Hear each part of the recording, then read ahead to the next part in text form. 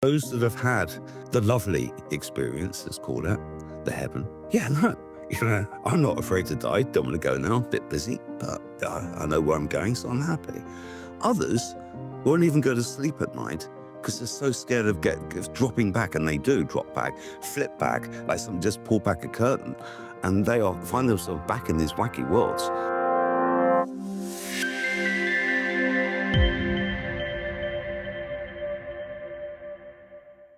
Yes, Alan, thank you so much for giving us the chance to speak to you today. So Alan Pearce is a journalist, a broadcaster, former BBC correspondent. You worked in the past with publications like Time Magazine and the Sunday Times, and have authored a number of books, including Coma and Near-Death Experience, which explores extraordinary states of expanded consciousness that arise during comas.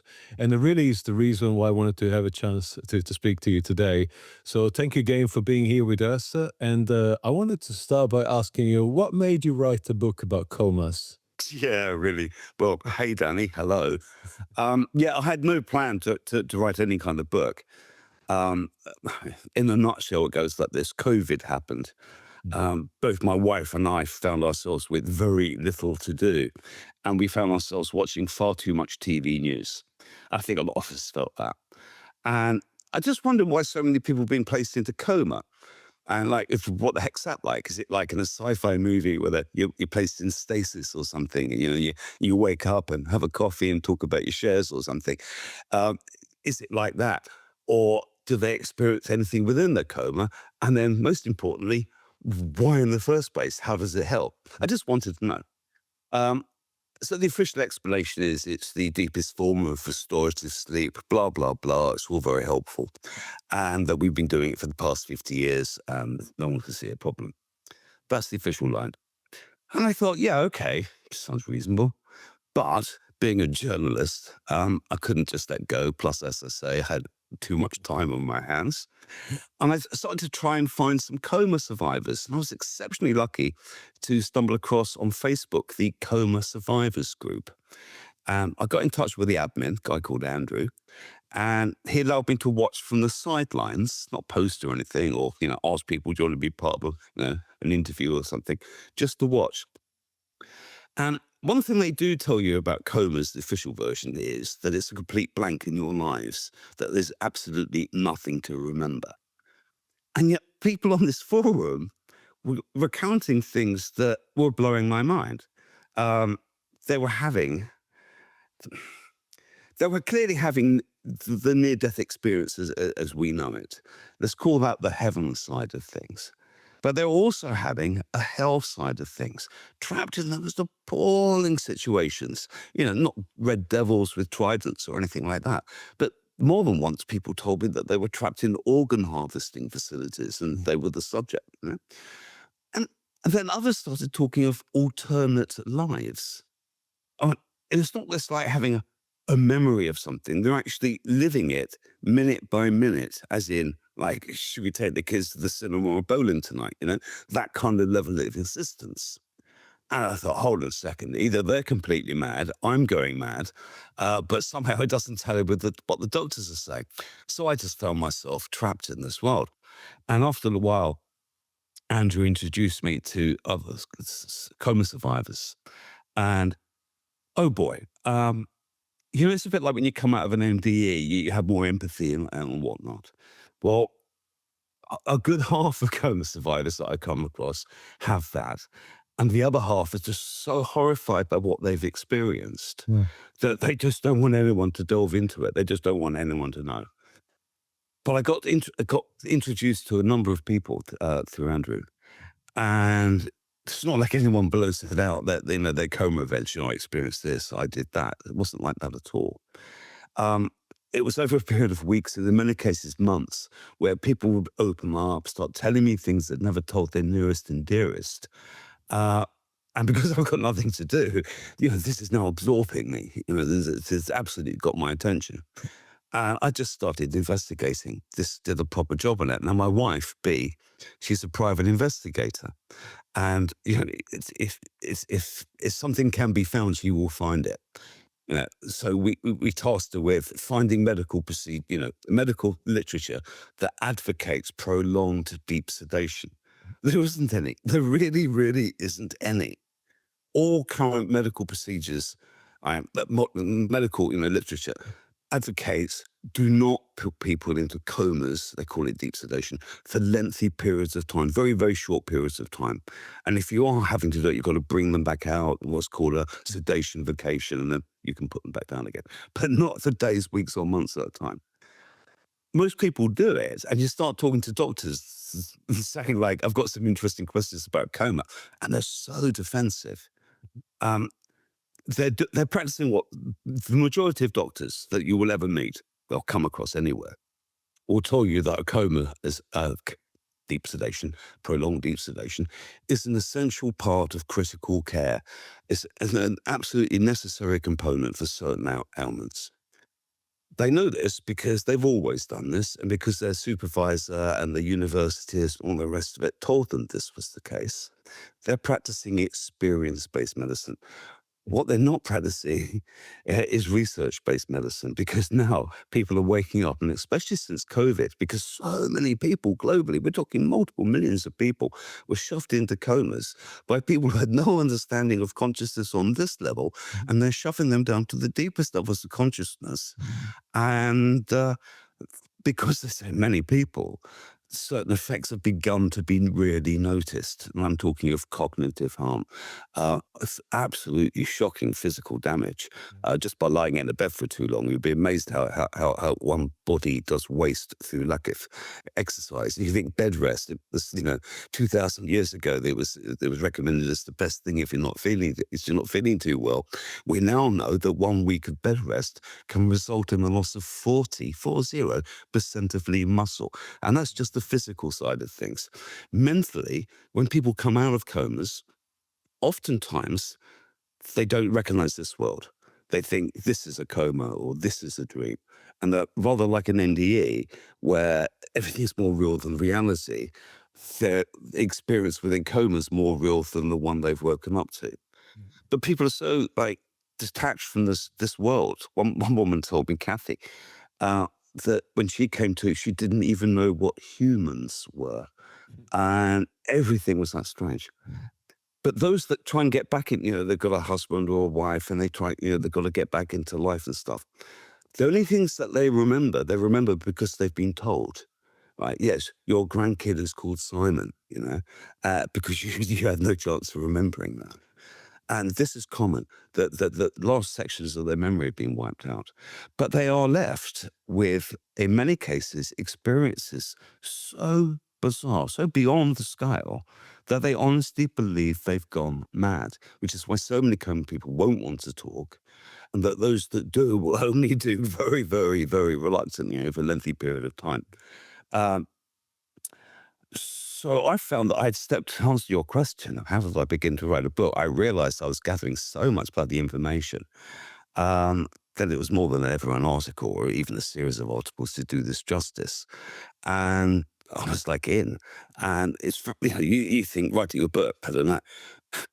It's writing's the easy part. Trying to flog a book is the hardest thing. Trying to flog a book about what appears to be the most boring subject on the planet, coma, right?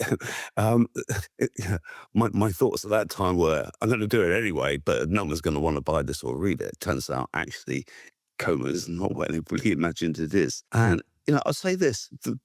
When I talk to some doctors, uh, who are enormously helpful. And some would put the coma patients on the brain scanners, and they were horrified to see just how low people had sunk to the actual point of death.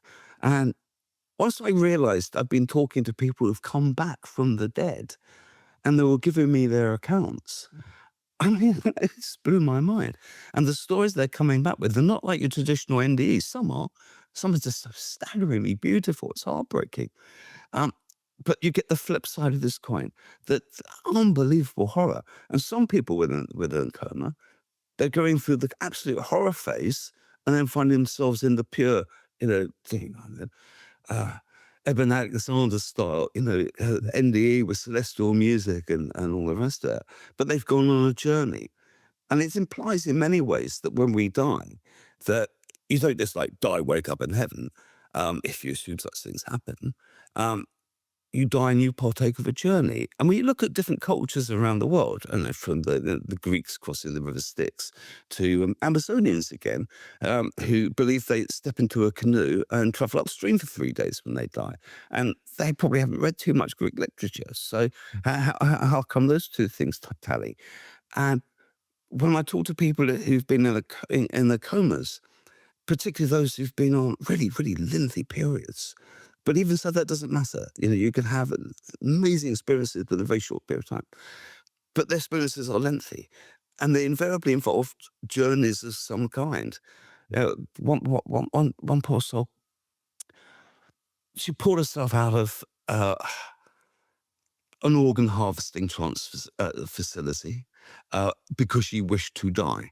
She'd been there too long. She counted, they'd taken her uterus out 7 times and regrown it 7 times, this kind of detail. And she wished to die, and she found herself in a field, the typical the NDEs, it were, the most exquisite countryside, the most beautiful day. She felt so at peace, so at heaven. Yeah. And she goes through a journey that involves climbing gnarled steps up to the sky, meeting her dead relatives, all communing telepathically as they do both within Coma and NDE and DMT, and being told to come back. And also, it didn't come back immediately. She had to retrace her steps. You know, Mm. that there's this journey and how that ties in so much with mystics from the past, hints that you get from the various religions that have been molded and and all changed over the time. But within that, there is a kernel of something that is the same.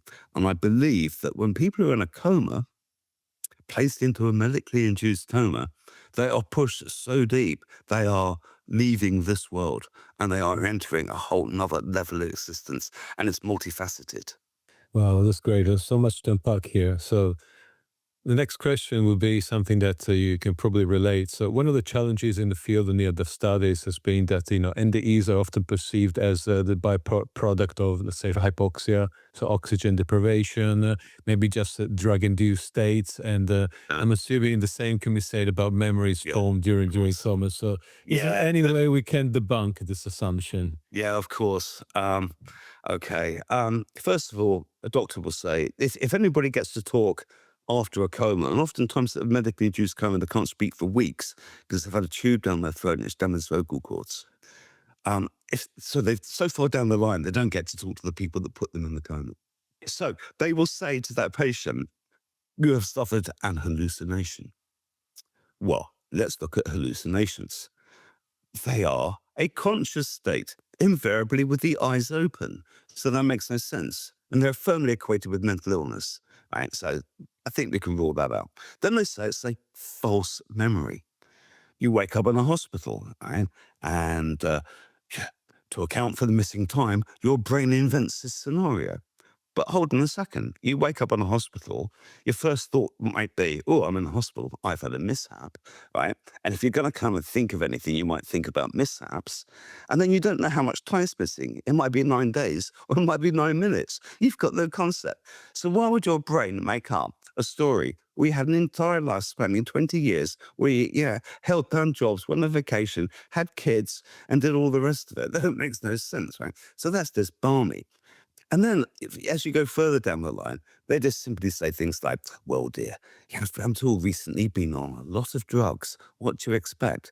But none of these drugs do this. I mentioned earlier, there's no combination of drugs that gives you this stuff, right? Um, so it doesn't work. And then when you plug people in, which is extraordinarily rare to an EEG brain scanner, for example, during an artificial induced coma, medically induced coma, it's flatlining. If someone were dreaming, right, it would be lighting up like a Christmas tree. The brain has been switched off. You do not go through your circadian rhythms, which means you don't experience REM sleep, which means you don't dream. So to say, oh, you had a dream, you had a coma dream, and suddenly coma survivors who, haven't read the book, refer to their experience as coma dreams. But if you said to somebody who had an NDE, oh, you had a NDE dream, they'd be insulted, right? It's not a dream. It doesn't feel like a damn dream. It's more real than this is. This feels all fluffy. This doesn't feel as clear as all the rest of it. Yeah. They don't understand, as I touched on briefly, We don't understand consciousness, the one we're all experiencing at this very minute in time. No one can definitively explain it. I can't tell that. You can't prove that you're conscious. You can't prove I'm conscious. Right? If we can't understand the basic stuff like that, when we knock people out to the greatest depths of consciousness, right? And they come back with accounts that we think are, well, I don't know, dreams or something, false memories, right? We have no hope of ever understanding what's going on. And I think it's vitally important, particularly with the research into AI and quantum computing and stuff, that people that sadly are in comas, I would advocate no one's in a prolonged deep sedation, when they come out of it, debrief them, talk to them. Where have they been? Because they have been places that the mystics and the gurus have been seeking for centuries. They put themselves in the darkest recesses of caves, to cut themselves off from the physical world, commune with the spirit world. Well, that's sensory deprivation. In a coma, you can't get in deeper sensory deprivation. And if you look at things like dark retreats, I don't know if you know about this, you can put these things online. I spoke to Caliano, who spent 40 days in a dark retreat up in Guatemala. And I spoke to at super length to the person that ran the complex. What she experiences within her dark retreat were resonating massively with what I was hearing from within Coma. So I showed the some of our Coma accounts to the woman running this dark retreat center, and she said, "Yeah, well, I've had all of these." And she said, "Most of the people who come through here, we debrief everyone. They've all had this, and all these alternate lives, we consider them past lives." She said, none of them ever take place in the future. They're almost always in the very recent past, and sometimes go quite far back. And all this was resonating. So I come back to what I was saying earlier. I was looking for parallels, like what the heck is going on here? Where else are these examples? And they are to be found. And it's basically because we're pushing people to levels of consciousness that we simply do not understand. Absolutely. So what do you think the medical community could learn from your book? Oh, everything. I mean, really. I mean, the simplest lesson is go to the library, put your feet up, and bring yourself up to speed. I mean, that's the first thing. The back of the book, we list all the stuff that you really, really need to know to bring yourself up to speed. Yeah, people criticize me because they think I'm saying nutty stuff, like the people in comas, like don't vaccinate kids or something. It's not like that. There is a wealth of evidence, and there is nothing positive anywhere, right, that says prolonged deep sedation. Short times, no one's arguing with that. Operating table, you're having a brain seizure, yeah, switch off before there's damage. But not for months. That's madness, right? Um, and also, I would get to the medical procedure to start debriefing people. Again, I touched on this earlier. And talk to them in such a way that, like, it took me months trying to get people's confidence. Yeah. I would tell them personal things about me and all the rest of that. And you get somebody's confidence and get them to tell you what they experienced. Boy, is it a relief. People have told me it's like letting blood. When finally, many of the people who are helping us with the book, many of them openly just said, "Wow, I got that out," and the difference it made to them. I've noticed in your earlier podcasts, you've asked people like, are you afraid of death now? Well, I'm going to ask you some points. So Well, yeah, here's the thing. So Please. those that have had the lovely experience, let's call it, the heaven. Yeah, no, I'm not afraid to die. Don't want to go now. A bit busy, but I know where I'm going, so I'm happy. Others won't even go to sleep at night because they're so scared of dropping back, and they do drop back, flip back, like someone just pulled back a curtain, and they find themselves back in these wacky worlds that they were in before. Anything can set them off: a siren, sound of a dripping tap, whatever, things that resonate, smell of burning wood, boom, and suddenly they're back there, like full-on PTSD. And it's the other thing, 80% of people that survive coma get PTSD, but they put that down to this stressful intensive care unit environment, not to their false memories, coma dreams, hallucinations. Yeah. Um, so it's not getting treated. And you get people coming out the other end.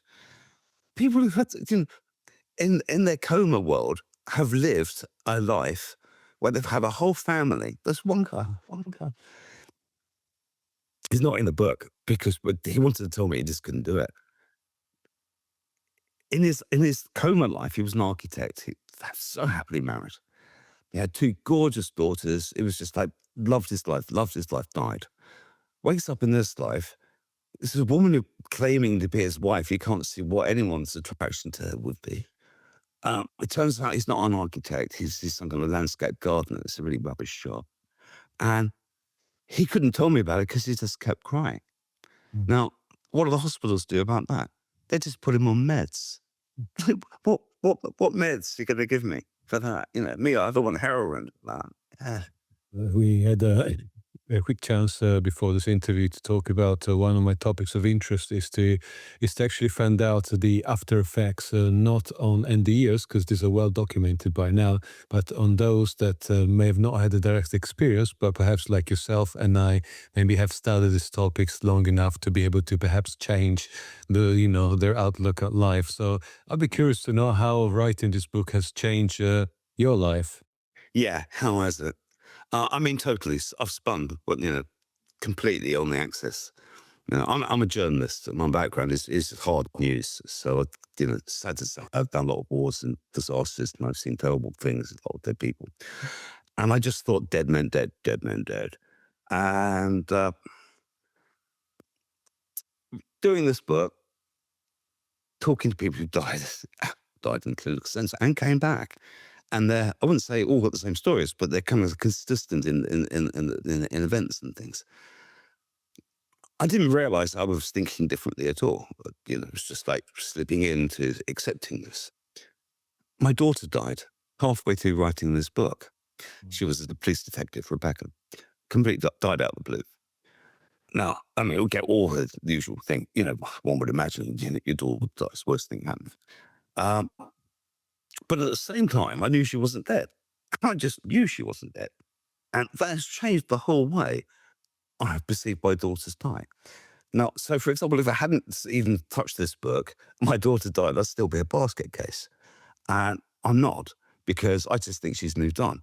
I think that perhaps we're all here to learn lessons, and we've had multiple lives. This is the way I'm starting to think. The book's not about this, but it touches on that. And Rebecca, whatever, fulfilled her quest. Okay, game over. Go have another one. And then that's how I'm feeling about it. I don't think she died. I don't think I die. Not long after Rebecca died, I had what might be an NDE. I can't be sure. I was lying in bed and I found myself in a tractor beam of powerful grey light. And it just blotted out everything else. But the thing was, like within a nanosecond, I knew exactly where it was. And it was like, oh no. I knew I'd been here, like this is base or something. So many times I'd be super glad to be here. I just knew this, had this feeling. But not now. I'm writing a bloody book, for God's sakes. I'm not going now. And it could be. It could be reading about a ton of NDEs. I've been talking to people with having NDEs. It's on my mind all the damn time. But maybe it wasn't. Even if it was, a dream or just some kind of subconscious thought, the thing that was overwhelming was, well, I've been here before. This is where this is base. I've come back to base. It's all normal. But not now. This is not ready for this at this moment. And I felt I was arguing the toss. And then I found myself looking out of the bedroom window. So, and I don't know whether I had a near-death experience, a shared experience, a bloody dream. I just don't know. But it all helps cement the whole notion that I don't think the one I did before. I know we don't die. I just know we don't die. First law's thermodynamics. We're all energy, right? Energy can neither be created nor destroyed. My daughter, Rebecca, was a massive spark of energy. Where did that go? It had to go somewhere, right? So she's not going to defy the laws, those kind of laws. So no, I just wholeheartedly believe it. And a bit like some of the people I spoke to, yeah, I'm looking forward to it. No growlery. I'll wait a while. Um, but yeah, when it happens, no worries. In fact, I'm really excited about that. Because I do think I will go on a journey. And I think that the NDE, as we know it, is the means of easing our passing. Yeah. You know, it's not like, I wake up next to God or something. And you go on this journey, as I alluded to before. And I think the NDE is our way of easing it in. When you talk to people from different cultures, the things they experience within the NDE resonate with their life experiences. For example, not far from you, one of the people that helped us with the book, Kiara, she's in Piedmont. Now, in her NDE, she was in the Alpine meadow. I guess if I'd interviewed somebody, an Inuit from the far north, their ND would have taken them to the ice plains and there'd be walruses and seals around them because that would have been comforting to them. Same with an Amazonian, da-di-da-di-da. And I think it's God, nature's, universe's way of easing our passing, and not just to humans. I think every time we slaughter a cow or whatever, that poor cow is going through that experience. People that have been hanged by the neck have gone through that experience. One of my dear friends died not so long ago in a paragliding accident. He fell 400 feet after his canopy collapsed. Oh, I loved him dearly, miss him, really did, really miss him. But he's not dead. And my first thought was, when I got the news, was what did he feel on the way down? Yeah. Because we know near death is often at the perceived point of death.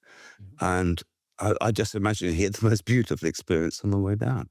And again, whilst I mourn the loss of Philip, I don't think he's dead. I just see he's moved on. And maybe we'll see him again. Maybe have another life. Maybe come back and he'll be my dad or something in some other existence. You never know. But how do you convince anybody who hasn't been down that path? Yes, I don't know if you can, because it seems all woo-woo, doesn't it? It seems so like if you picked me, let's say a year before I even began this book, and said stuff like, you're going to believe in this or that, reincarnation, whatever, and that the universe is this, I would have laughed and said, yeah, when did I get the head injury? Because there's no way I would believe that. And convincing me, I only convinced because I went on a very lengthy journey. You could read an article and it's not necessarily going to convince you. of course. I had to have my own experience, and my experience was very fitting for a journalist, meeting an awful lot of people and having them talk to me, tell me of their stories. I had the same luxury, but I understand not everyone is in the same position. And I do feel, I guess I'm no longer trying to convince anyone. I realize that we're on our path. That was me a few years ago when I was really excited and I was trying to tell my friends about this exciting field of Yeah, of course. study. But then I realized actually this is not really my task anymore. All I can do is show the evidence. If one is open minded enough and is curious, I think the answers are there. And as you mentioned, it's not going to be that one article that's going to change your mind, but No. if you tackle the topic from different angles, there comes a Oh, time, exactly. right? And there comes a time where, like, well, it looks like I may have got this wrong completely up to now. So maybe it's time to review, some of my assumptions. And I think people are changing. But I think think they people are are. changing. I think people are questioning more. People are losing faith in pretty much everything around them, I like to think so. And it's a good thing. It's from the only way politicians to, to the media to whatever. And maybe they're looking for other answers. And, maybe the YouTube algorithm would throw them your show at some point and he'll wake them up. You don't know.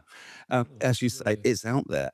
It can be found. And which is why it's so much easier for an NDE, survivor, experiencer, to find a matching account, as it were. yeah. Harder for a Coma survivor because you type that stuff in. First of all, you're going to get the film by, based on the book by Robin Cook, and then you'll get, a few people asking dumb questions, really just dumb questions, and that's about it. There's not much on there, so you're lost. So you keep it to yourself. You then tell your nearest and dearest. it's all about finding the right information. And I stumbled on this, what began as an investigation into what appeared to be a highly dubious medical procedure. It's taken me into realms where some people call spiritual, or still a bit shy about using those words. But I don't believe in God, but I believe in the universe, and that we're all part of something, and that we're here on a mission, and we will learn something and take it back. And I think as one of the lovely artists that was on your show, we're saying that's home, that's base.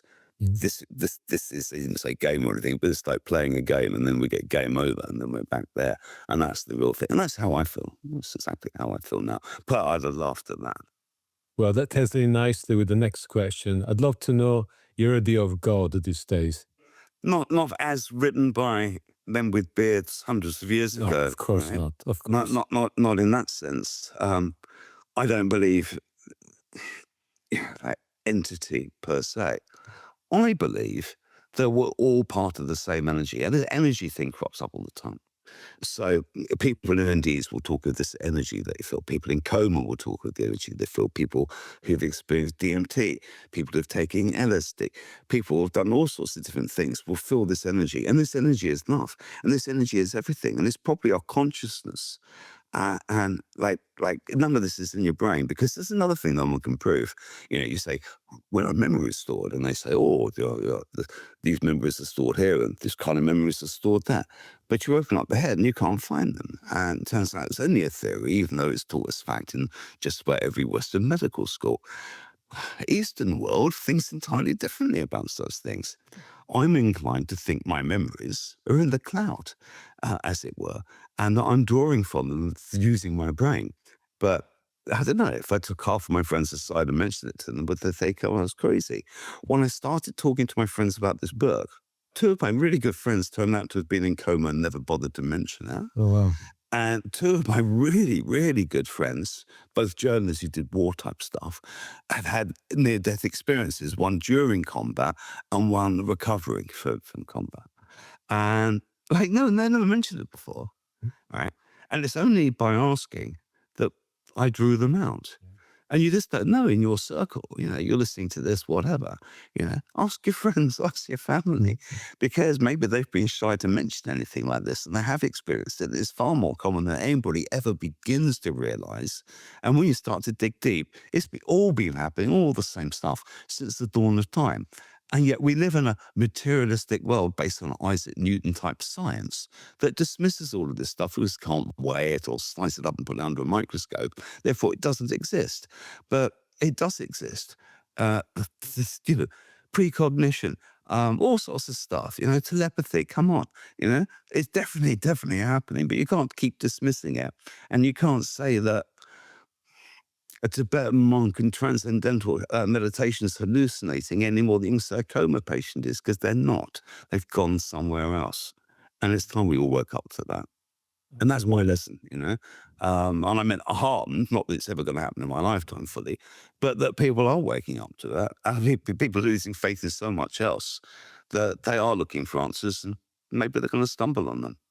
So do you feel perhaps that we're entering a new era, that perhaps we're witnessing a shift from a material to more a spiritual society, and maybe that is a consequence of, some of the medical innovation, the fielding of the studies, and all these other new fields of science, which have really popped up in the last few decades? Yeah, I think so much is changing. I think things like quantum computing and AI will radically change the way we live. And the basic stuff you'd think of, like losing your job or whatever. Um, and I think if it's handled correctly, and people, could manage their free time in such a way that they could use it in more beneficial ways, not just looking at junk on Facebook or, the WhatsApp or something, but they could actually be expanding their understanding of the world. And bit by bit, when you look at, who looks at quantum computing stuff, but, periodically I do. And they are pointing to parallel dimensions existing alongside us. They reckon that the CERN computer, in this Hadron Collider in France and Spain, and Switzerland, has actually broken the barrier between this dimension and another, and did so for 11 minutes. And most people don't know that. But maybe all this stuff's going to start creeping into our world. Um, and bit by bit, people will start questioning the reality around them. And just, yeah, this will, I think, in time. Who knows? Okay, well, you call me naive, but I am hopeful what the next Yeah, decades are going to bring. So, I am. yeah, I feel really good about it, actually. yeah, no, Yeah. likewise. That's okay. What would you say is the most relevant thing that you've learned from all this research? We don't die. Yeah, I used to have some friends who, at the time, I considered woo-woo. And they said to me, "Oh, you've had some past lives." And they started listing off a few things, including me being hung from a gibbet in medieval periods, right? And you just think, yeah, wow, that's just funny. And then I think, yeah. And now when I watch things or pick up, I just read the Count of Monte Cristo, right? And I think, yeah, why didn't I live in that period, Learn something in that time, die, have another life. There's something in that time, something different, move on. And when you look at it, that's pretty much how Buddhists think, isn't it? And, various other things. It just feels natural. It just feels right.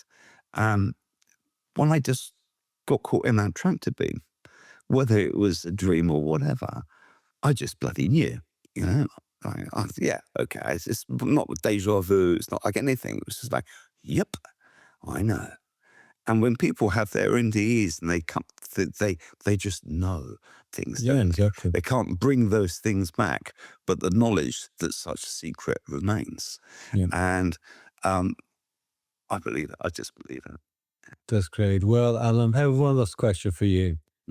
What's the meaning of life? To learn. And I ponder this a lot. So you think, well, what about the people in Gaza now? What about people in the Holocaust? Yeah. And were they all spirits living in some spirit zone and they got assigned to something horrible? Or did they put their hands out and say, in order to understand the meaning of everything, I have to understand suffering firsthand? Maybe they asked for that.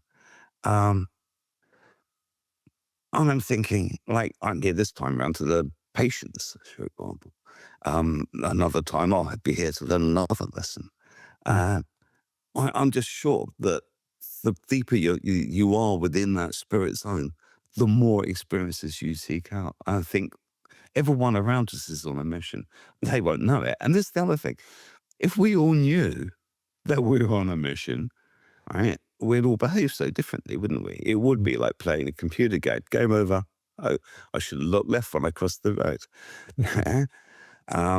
Maybe we'd all think differently. Who knows? Maybe for the better, maybe for the worst. So, yeah. Oh, so much we could talk about. No, that sounds really. Thank you so much. Well, do you have any parting messages you would like to leave the audience with today? No, just that if you know anyone that's been in the coma, do ask around, because I was stunned that two really good friends who I'd known for quite a while, had been in comas, once as a child and the other about 6 years before. If you know anyone that's been in the coma, direct them towards the book or audio book, because a lot of people can't be asked to read anymore. I've noticed I can't much outside of research. It will make a difference. It will make a difference when you realize that other people have gone through what you've been through, and there are people desperately fighting to prevent other people following the same path that you've been down. But if you're just interested in things, strange things, like, I'm interested in NDEs and child reincarnation. It's fascinating stuff. I'd never come across anything as interesting as this. Anything as strange as this. No Hollywood scriptwriter could ever write this stuff up. It's just so beyond the imagination. I'd recommend it for that reason alone. But it changed my life writing it. And I think it all changed the perception of people reading it. But I think people will get different things out of it. But it's a fun journey anyway. And an alarming and beautiful one. Yeah, I can certainly relate to that. Alan, thank you so much. I had a lovely time and I wish you all the best. All right, Thank you so much. Bye-bye. Take care. Bye-bye. Hi there. Well, thanks for watching. If you enjoyed this video and want to support the IANDS community, please leave a like, subscribe, and maybe share with the ones you love. New episodes are out each Friday. Until then, enjoy the stream we all call life and live the love you wish to see in the world. Bye for now.